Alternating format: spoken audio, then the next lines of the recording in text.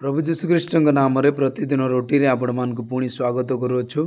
आज मे मास 20 तारीख सोमवार दिन 2024 वर्ष। आज ध्यान होउछि षष्ठ दिन।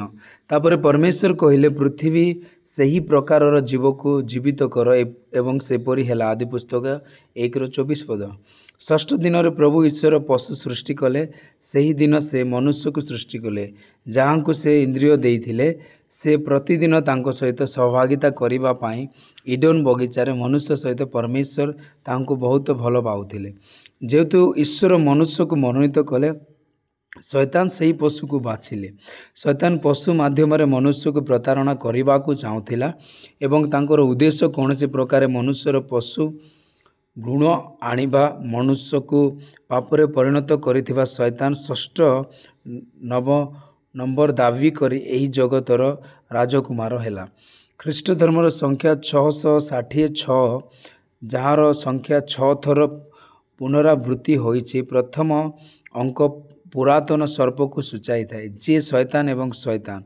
परवर्ती अंक पशु को सूचाई थाए जहाँ ख्रीष्ट धर्म अटे एवं तृतीय अंक मिथ्या भविष्य वक्ता को सूचित करे पवित्र त्रिनाथ विरुद्ध एही युद्ध पिता पुत्र एवं पवित्र आत्मा एवं सही समय मनुष्यर आत्मा प्राण एवं शरीर रे पशु गुण गुड़िक भरवा को चेष्टा करे।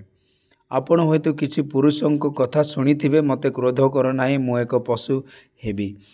केतेक पशु परी पीबे, निज नियंत्रण हराई निज पत्नी एवं पिला मान को पिटिबे। अन्य माने मध्य अछंती जो माने गाधेइबा को किंबा दांत घसीबा को मना करते एवं पशु परी बंचिबा को पसंद करती। आमे मध्य मनुष्य पशु मान को सेमानकर देवता भाव रे पूजा करथिबारु देखु एवं साप मांकड़ हाथी एवं मूषा को प्रणाम करिबा जो माने प्रभुंको ऊपर भरोसा रखिछन्ति एवं तांको उपासना करूछन्ति से माने तांको प्रतिमूर्ति रे रूपांतरित हेबे एवं तांको आगमन दिन ग्रहण कराजिबो। किंतु अन्य माने पशु परी होई जिवे एवं ख्रीष्ट धर्मर नियम अधीन रे रहिबे। किंतु प्रभु मनुष्य को जहाँ पापरे हराइले ताहा पुनर्स्थापन करने को इच्छा करती एवं तांकु निज प्रतिमूर्ति रे परिणत करिबा पृथ्वी रे मनुष्य सृष्टि करिवार ईश्वर को मूल उद्देश्य हेउछि। से गौरवर जीवा एवं निज प्रतिमूर्ति रे परिणत हेबा उचित। षष्ठ दिन रे से सृष्टि करथिबा व्यक्ति पई ईश्वर 6000 वर्ष देइछन्ति। मानव जातिर परित्राण पाई तांको रक्तर शेष बृंदा ढालिबा पाई से 6 घंटा क्रूसरे झुलुथिले। समग्र मानव जाति पाई ईश्वरंकर महान एवं शक्तिशाली योजना एवं उद्देश्य अछि। अधिक ध्यान करिबा पाई प्रथम जोहन 3:2 पद।